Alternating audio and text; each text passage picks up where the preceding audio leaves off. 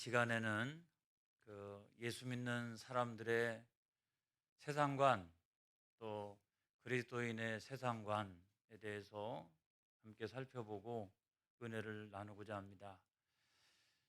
그리스도인이라고 하는 사람들은 어떤 사람들인가? 그리스도인은 하나님의 은혜로 구원받은 하나님의 자녀들이죠. 하나님의 자녀예요. 하나님의 자녀가 세상에 살고 있는 거예요. 그러니까 세상과는 융합되어질 수 없고 세상과는 타협할 수 없는 아주 새로운 피조물입니다. 여러분, 그 성경 말씀이 고린도후서 5장 17절에 있는 말씀에 있습니다. 시작. 그런즉 누구든지 그리스도 안에 있으면 새로운 피조물이라. 이전 것은 지나갔으니 보라 새 것이 되었도다. 할렐루야. 그래서 우리는 하나님의 자녀이기 때문에 세상에 속하여 살고 있지만 전혀 다른 존재라고 하는 거예요. 그런데 그런 그리스도인들이 세상에 살고 있잖아요. 우리가 세상에 살아가고 있습니다. 하나님의 자녀가 세상에 살아가고 있는 거예요. 그렇기 때문에 여기에는 아주 적절한 긴장 관계가 있어요. 우리가 성경을 살펴보게 되면 한 두 가지로 정리할 수가 있는데, 하나는 이런 거죠. 로마서 같은 데 보게 되면 세상의 위정자, 세상의 통치자들에게 복종하라, 이런 말씀들이 있어요. 근데 그것뿐만 아니라 또 다른 성경의 말씀에 보게 되면은 우리가 복종하지 않을 때가 있는데, 그때는 뭐냐면 세상이 너무나 죄악 세상으로 관영할 때, 그리고 그리스도인들을 박해할 때, 그때는 복종하지 않아도 되는 거예요. 이 두 가지 이렇게 이 갈등 관계가 있는 거예요. 갈등 관계가. 그런데 어느 때 우리가 이렇게 해야 되고 어느 때 저렇게 해야 되느냐? 그리스도인의 세상관에 대해서 명확한 인식이 없으면 전혀 다르게 행동할 수가 있어요. 이럴 때는 이렇게 행동해야 되고 저럴 때는 저렇게 행동해야 되는데, 그 거꾸로 우리가 행동할 때가 있다는 거죠. 그래서 오늘 성경의 말씀이 그거를 교훈해 주고 있는데, 제가 이것을 한 세 가지 정도로 정리해서 여러분과 함께 은혜를 나누고자 합니다. 하나님 아버지, 내가 그리스도인이요 하나님의 자녀인데 세상을 살아나갈 때 어떤 세상관으로, 어떤 신앙으로 내가 살아가야 할까요? 할 때 제가 여러분들에게 한 세 가지로만 아주 명확하게 말씀을 드리려고 합니다. 첫째는 어떤 거냐? 진리의 문제라면 비타협적으로 신앙생활해야 합니다. 진리의 문제라면 적어도 진리에 대해서는 비타협적인 신앙을 가져야 된다, 이런 말씀이에요. 우리가 일반적으로 타협이라고 하는 건 굉장히 좋은 일입니다. 어떤 사회의 갈등을 줄이고 또 문제를 해소하고 또 극단적인 어떤 투쟁을 미리미리 방지하기 위해서는 적절한 타협이 굉장히 중요한 거죠. 그래서 타협은 아름답기도 합니다. 그런데 그리스도인에게 있어서 이 타협이라고 하는 것은 어떤 측면에서는 매우 조심해야 될 부분이라는 거예요. 자, 일반적인 경우에서 타협은 너무너무나 좋은 것이지만, 그렇다고 하여 그리스도인이 세상과 타협하면 안 된다, 이런 말이에요. 그 이유는 뭐냐면 우리의 거룩한 신앙이 무너질 수 있기 때문에 그렇다는 거예요. 그래도 나는 타협하고 잘 살고 세상 사람들과 좋은 게 좋은 거요, 그렇게 살아가고 있는데 결국 정작 내 안에서 그 거룩한 신앙이 무너진다라고 하면 그게 무슨 소용이 있겠어요. 그렇기 때문에 그리스도인은 이 타협을 해도 그 타협이 어떤 것인가라고 하는 것을 구분하고 적어도 진리에 대해서는 비타협적인 신앙을 유지할 수 있어야 된다, 이런 말씀을 먼저 드리는 겁니다. 그런데 이런 때는 타협하고 저런 때는 비타협하고 에라 모르겠다, 응? 알 수가 없다, 이럴 수 있기 때문에 제가 조금 더 분명하게 그 말씀을 드리려고 그래요. 자, 타협이라고 하는 것은 뭐냐? 타협이라고 하는 것은 동등한 관계에 있을 때, 동등한 권리를 요구할 때 그 타협은 아름답습니다. 제가 예를 들어 설명해 볼게요. 제가 무지무지하게 친절하니까. 예를 들어서 설명해 보면 노사 관계, 옛날에는 계급의 관계라고 생각했어요. 근데 요즘에는 노사 관계를 계급의 관계로 이해하는 사람은 거의 없어요. 협력의 관계라고 이야기합니다. 왜냐하면 노동자의 노동이 없이는 이윤의 창출이 안 되는 겁니다. 회사가 노동자의 노동 없이 어떻게 이윤을 창출합니까? 안 되잖아요. 그런데 거꾸로 보면 노동자 입장에서는 회사가 나를 고용해줘야 거기서 직장 생활을 하고 거기서 임금을 받고 생활을 유지할 수 있는 거거든요. 그래서 노사 관계라고 하는 것은 이거는 계급적 관계가 아니라 동등한 관계요, 동등한 권리를 피차간에 요구하기 때문에 머리띠를 한쪽은 묶고 한쪽은 회사 잠바를 입고 딱 나와가지고 이 테이블에 나와가지고 서로 협상을 진행하는 것입니다. 여야도 마찬가지죠. 그렇죠. 만약에 한쪽이 일방적으로 여가 모든 걸 우리 마음대로 하겠다라고 얘기하면 그건 독재가 되는 거죠. 야가 있기 때문에 적절한 균형과 이 견제가 있을 수 있는 거예요. 그래서 국가 사회가 더 발전해 갈 수 있는 거죠. 그런 의미에서 보면 그런 의미에서 보면 그들은 다 동등한 관계라는 거예요. 동등한 권리를 주장하는데 그걸 서로 타협하고 양보하고 서로 주기도 하고 이러니까 그것은 매우 아름다운 것이라고 우리가 이야기할 수가 있다는 거예요. 근데 여러분 전혀 다른 것도 있어요. 예를 들어 보면 죄가 없으신 그리스도와 죄로 관영한 세상이 타협할 수 있겠는가? 그 세상이 이제 그리스도를 향해서 그리스도라고 불리는 사람을 향하여 그리스도 예수님을 향하여 당신도 어차피 세상에 내려온 거 아니야. 하늘 보자 버리고 세상에 내려왔기 때문에 세상에서는 죄가 전혀 없이 살아가는 것은 불가능해. 그러니까 당신도 적절하게 죄 지으면서 살아가. 그래서 그리스도라고 불리는 예수님이 생각을 해보니까 그 말도 일리가 있는 것 같아요. 그 말도 일리가 있는 것 같아서 내가 어차피 높은 하늘 보자 버리고 세상에 내려왔으니까 이 죄악된 세상에서는 적절하게 죄도 지으면서 그렇게 살아가는 게 맞아. 그렇게 했다라고 하면 그래서 그리스도와 죄악의 세상이 타협을 했다라고 여기면 우리는 구원받을 수 있는 길이 없습니다. 그리스도는 우리의 그리스도가 되어질 수가 없습니다. 그래서 우리의 죄를 대속해 주실 수가 없는 거예요. 그거는 동등한 관계가 아니기 때문에 그런 거예요. 동등한 권리로 서로 요구할 수 있는 것이 아니기 때문에 거기에서는 타협이 불가능한 겁니다. 타협할 수 있는 그런 대상이 아니라고 하는 거예요. 제가 조금만 더 예를 들어 설명해 보면 판사하고 죄인이 이렇게 있어요. 재판을 받고 있는데 죄인이 나는 그냥 아니라고 막 그냥 항변하고 떠들고 막 이러면서 판사를 향해서 그렇게 얘기합니다. 내가 보건대 당신도 인간 아니냐? 당신도 전혀 죄를 짓지 않고 살아간다고 자신할 수 있겠느냐? 털어서 먼지 안 나는 사람이 어디 있겠느냐? 이러면서 죄인이 판사를 향해서 막 이렇게 그러니까 내가 죄를 지었을지라도 당신도 죄인이 분명하니까 내 죄가 중할지라도 좀 탕감해다오. 줄여다오. 여러분 그렇게 이야기했다고 생각을 해보세요. 그럼 판사가 생각을 해보니까 그 말이 맞아. 나도 말이야 알고 지은 죄 모르고 지은 죄가 많고 마음으로 짓는 죄가 있어. 그랬더니 네 말이 맞아. 그래서 너 한 20년형을 받을 건데 내가 2년으로 끝내줄게. 여러분 그게 성립이 됩니까? 그게 성립이 안 된다는 거예요. 왜 성립이 안 되느냐? 동등한 관계가 아니에요, 여러분. 판사와 죄인은 동등한 관계가 아니에요.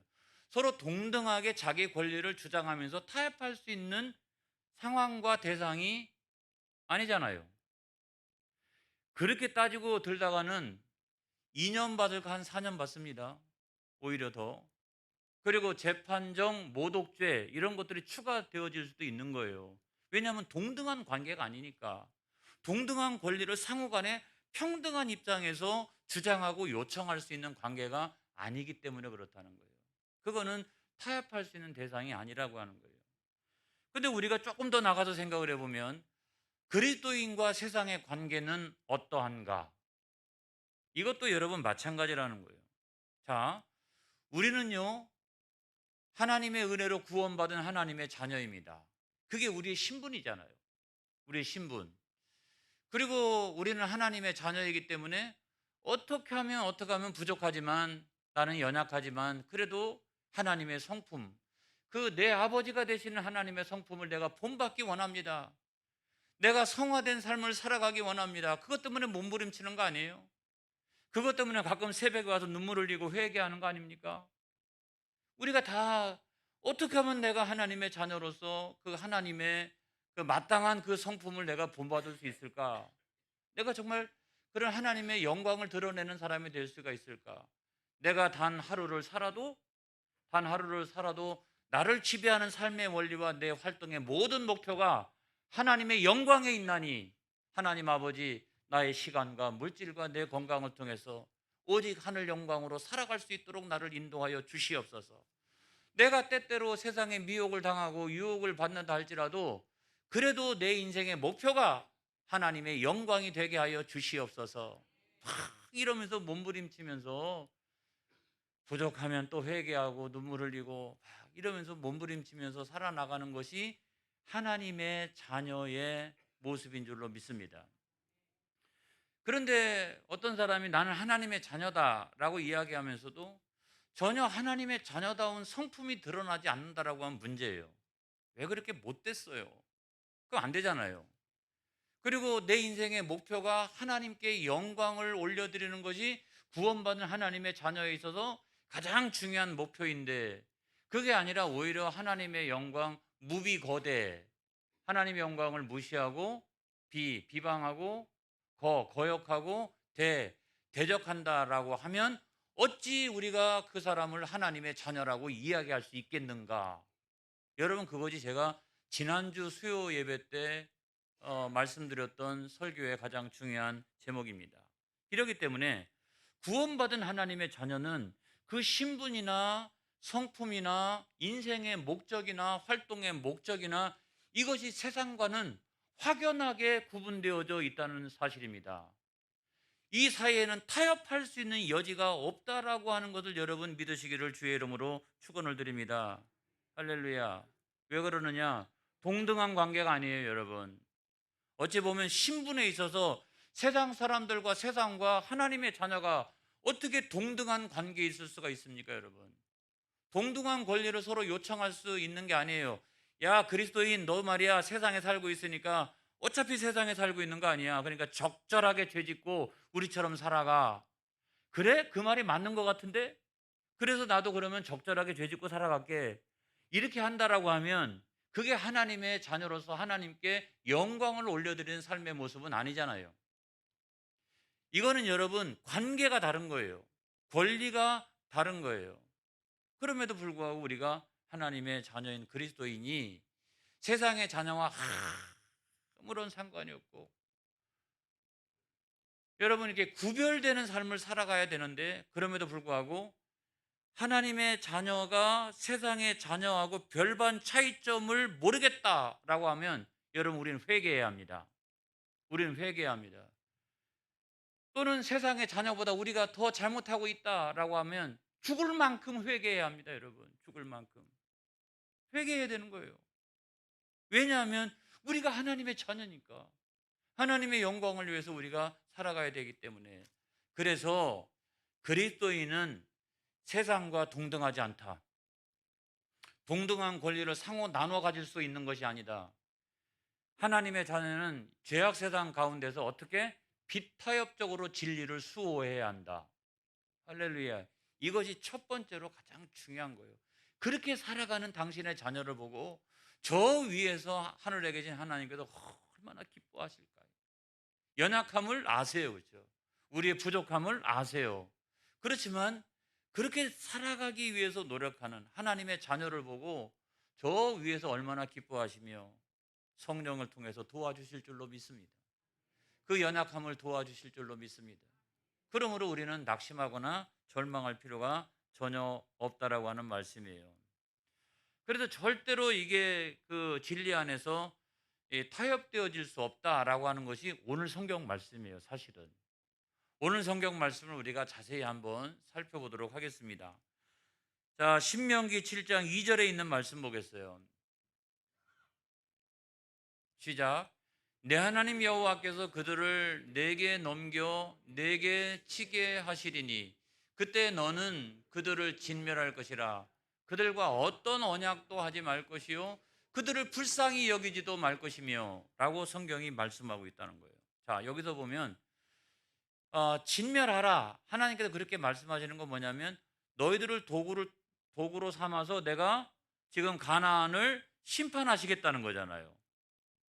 도저히 용서받을 수 없다는 거예요. 그래서 가나안 일곱 족속이 뭐 무슨 엄청난 죄를 저질렀길래 하나님께서 진멸하라고 말씀하셨을까? 도저히 용서받지 못할 자다라고 그렇게 말씀하셨을까? 여러분, 거기에는 다른 게 아니라 우상 숭배가 있어요. 우상 숭배. 여러분, 우리가 우상을 숭배하는 것은 가만히 따지고 보면은요, 자기를 사랑하는 거예요. 사실은 자기를 숭배하는 거예요. 우상 숭배가. 인간은 연약하고 부족하고 한계도 많고 이러기 때문에 인간은요, 나보다 훨씬 더 물질적인 풍요 또는 더 높은 명예, 나보다 더 강한 어떤 상대를 늘 마음속에 생각하고 있어요. 그러다가 그거 형상화된 것이 뭐냐면 우상인 거예요. 그런 존재 앞에 엎드려 가지고 무슨 뭐 제사를 드리고 여러분 그렇게 하는 건데, 본질에 있어서 생각해 보면 그건 뭐냐면 자기 안에 있는 자기 사랑이 바깥으로 표현되어져 있는 그것이 뭐냐면 우상 숭배라고 하는 거예요.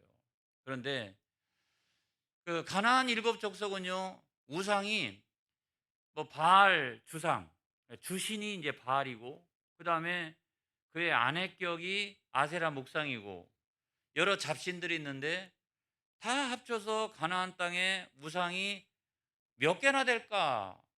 보니까 70개가 넘어요. 그런데 대부분은 여기 성경에도 보면은 주상이 누구냐면, 주신이 누구냐면 바알이에요. 바알. 그런데 바알은 비의 신이에요. 남편의 성격을 가지고 있어요. 아세라는 아내의 성격을 가지고 있어요. 그렇기 때문에 대단히 죄송스러운 표현입니다만은 이 바알과 아세라 사이의 성적 관계를 통해 가지고 뭐가 물질적인 풍요도 생기고, 그다음에 다산도 가축이나 사람들이나 아무튼 이렇게 다산의 어떤 축복이 임하게 된다라고 생각을 하고 있는 거예요. 그걸 가장 대표적으로 느낄 수 있는 게, 여러분 인도 가보시면 금방 느껴요. 금방 느껴요. 야, 인도는 주신이 있잖아요. 그 힌두 그 신이 있는데 힌두 신이 영락없이 남성의 성기처럼 생겼어요. 이게 이제 이게 주신이고, 그다음에 그 아내격인 아세라와 성적 관계를 통해서 그다음에 아무튼 뭐 세상을 풍요하게 하고 다산을 뭐 이루고 말이죠. 이런 것들을 무려 잡신들이 한 70여 개가 된다는 거예요. 그러니까 사제들도 제사 의식의 상당한 부분이 뭐냐면 성적인 타락이에요. 성적인 타락. 사제가 그 성적인 타락을 통해 가지고 그걸 가지고 제사를 드리고 하니까 이 성적인 타락의 문화가 얼마나 이 가나안 땅에 나중에 하다가 자식까지 인신 제사를 드리는 그런 문화가 이 창궐하고 있으니까 하나님께서 그들을 진멸시키라. 그들은 용서받을 수가 없다라고 하나님께서 여러분 말씀하신 거예요. 이걸 우리가 생각을 해야 합니다. 그렇기 때문에 절대로 타협하면 안 된다 이렇게 말씀하셨고, 그래서 뭐 언약하지도 말고 그들을 불쌍히 여기지도 말아라 이렇게 하나님 말씀하신 거예요. 그 다음에 신명기 7장 3절에 있는 말씀 보겠습니다. 시작. 또 그들과 혼인하지도 말지니 내 딸을 그들의 아들에게 주지 말 것이요 그들의 딸도 내 며느리로 삼지 말 것은, 결혼도 시키지 마라, 결혼도. 그 다음에 신명기 7장 4절의 말씀 보겠습니다. 시작. 그가 내 아들을 유혹하여 그가 여호와를 떠나고 다른 신들을 섬기게 함으로 여호와께서 너희에게 진노하사 갑자기 너희를 멸하실 것임이니라. 그런 결혼 관계를 통해 가지고 우상 숭배가 들어오게 되면 내가 너를 멸할까 하나님께서 염려하시고 있는 그런 장면이잖아요.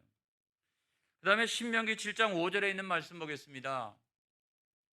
시작. 오직 너희가 그들에게 행할 것은 이러하니 그들의 제단을 헐며 주상을 깨뜨리며 아세라 목상을 찍으며 조각한 우상들을 불사를 것이니라. 무슨 얘기입니까?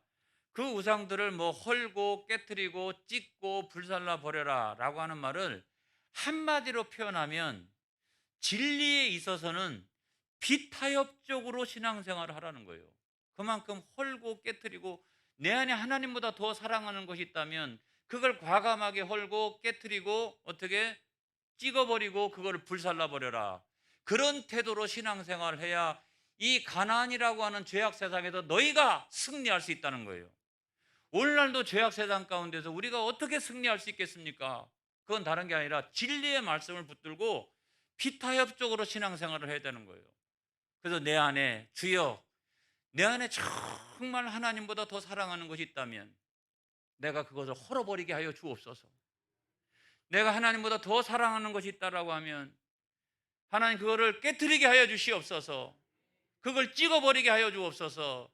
그거를 내 안에서 불살라 버릴 수 있도록 인도하여 주시옵소서. 나는 오직 하나님만을 사랑합니다. 여러분 그런 각오와 결단을 가져야 죄악 세상에서 우리가 승리할 수 있어요. 그런데 저는 오늘의 세상을 볼 때도 그런 정도의 진리에 대해서는 내가 절대로 비타협하리라 라고 하는 신앙관을 갖지 않고서는 이 험악한 세상을 참 이겨나가기가 어렵다 하는 생각이 몇 번씩 듭니다, 여러분. 그 다음에 자, 이게 첫 번째고 두 번째로는 죄악 세상과 투쟁하는 신앙을 가지시라 이 말씀을 드려요. 아까의 말씀하고도 뭐 좀 비슷한 부분이 있습니다만은 이런 거죠. 우리가 세상에 대하여 진리에 대하여 비타협적인 어떤 그런 신앙 생활을 하다가 보면 세상으로부터 비방을 받고 세상으로부터 조롱을 받고 공격을 당할 수도 있습니다, 여러분. 그런데 성경은 뭐라고 말씀하시냐면 마태복음 10장 34절로 36절까지 있는 말씀 보겠습니다. 마태복음 10장 34절로 36절. 자, 시작. 내가 세상에 화평을 주러 온 줄로 생각하지 마라. 화평이 아니요 검을 주러 왔노라. 내가 온 것은 사람이 그 아버지와 딸이 어머니와 며느리가 시어머니와 불화하게 하려 함이니 사람의 원수가 자기 집안 식구리라 라고 하는 것처럼 말세로 가면 갈수록 여러분 우리의 가정 안에서도 그와 같은 일들이 일어나기 시작을 한다고 하는 거예요. 근데 저는 그 사람의 문제가 아니라고 봅니다. 그 사람도 물론 문제겠지만 더 심각한 문제는 뭐냐면 영적 세계에서 일어난 일이에요. 그 영혼을 원수마귀가 붙들고 있기 때문에 발생하는 문제들이 훨씬 더 큽니다, 여러분. 그래서 에베소서 6장 12절에 있는 말씀 보겠습니다. 시작. 우리의 씨름은 혈과 육을 상대하는 것이 아니요 통치자들과 권세들과 이 어둠의 세상 주관자들과 하늘에 있는 악의 영들을 상대함이라 그랬어요. 그래서 여러분 이 사람들 안에서 일어나는 여러 가지가 영적인 원인과 그런 것으로 생각을 해보면 더 크게 보면 이것이 하늘에 있는 영적인 전쟁의 결과들이라는 거예요. 그래서 원수마귀가 한 영혼을 붙들고 그걸 잘못되게 하고 왜곡되게 하고 여러분 그렇게 하는 경우가 많기 때문에 우리가 이 죄악 세상과 영적인 투쟁을 선포하고 살아가지 아니하면 안 된다고 하는 말씀이에요. 여러분 아까 그 성경 말씀에 5절의 말씀도 거의 비슷한 말씀이죠. 뭐 헐고 깨트리고 그다음에 찢고 불사르라라고 하는 것은 우리 안에 있는 그런 우상 숭배와 영적인 전쟁을 벌이라 이런 말씀이라고 생각을 합니다. 우리가 죄악 세상과 싸울 때 사회과학적으로 생각해 보면 구조적인 모순과 싸울 수도 있죠. 그렇죠? 하지만 요즘에 있어서는 더 중요한 문제가 뭐냐면 이 하늘에 있는 악한 영들과 영적인 전쟁을 벌이는 일이 훨씬 더 중요합니다. 그래서 기도하지 않고서는 안 돼요. 성령님을 의지하지 않고서는 우리가 못 이겨요. 기도하는 가운데 성령님 나를 도와주옵소서. 우리 가정 안에, 교회 안에, 이 시대와 역사 가운데, 죄악이 관영한 세상 가운데 주여 나는 못 이깁니다. 성령 하나님 나를 도와주옵소서. 주여, 내가 부르짖어 하나님 앞에 달려나갈 때 하나님이 우리 연약함을 도와주시고 우리를 승리한 길로 인도해 주실 줄로 믿습니다. 할렐루야. 성령 하나님이 언제나 우리를 도와주셔야 우리가 승리할 수 있다라고 하는 진리입니다. 그 다음에 세 번째로 보면 우리가 오직 하나님만을 바라보고 나아가는 신앙을 가져야 된다 그랬어요. 오직 하나님만을 바라보고 나아가는 신앙을 가져야 된다. 여러분들이 다 지금 이해하시고 있는 거죠? 자, 맨 마지막은 오직 하나님만을 바라보고 나아가야 된다. 자, 요즘 보면 우리 참 나이가 들어가면서 오늘 현대 사회에 적응하려면 많이 배워야 돼요. 그렇죠? 많이 배울 수밖에 없어요. 배울 수밖에. 얼마 전에 휴게소를 갔는데 휴게소에서 뭔가를 이렇게 시켜 먹으려고 했더니 카드를 갖고 넣으래요. 그리고 내가 막 이렇게 그 선택을 하면은 거기 나오는 거예요.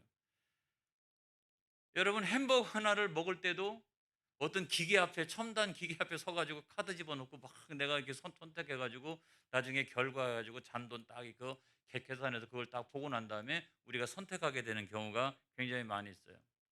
관공서에 가면은 뭐 민원 접수해 가지고 뭐 이렇게 뭐 떼기도 합니다마는 요즘에는 또 기계 같은 것이 잘 돼 있어 가지고 웬만한 것은 내가 열람해 보고 그거를 뗄 수 있어요, 기계 앞에서.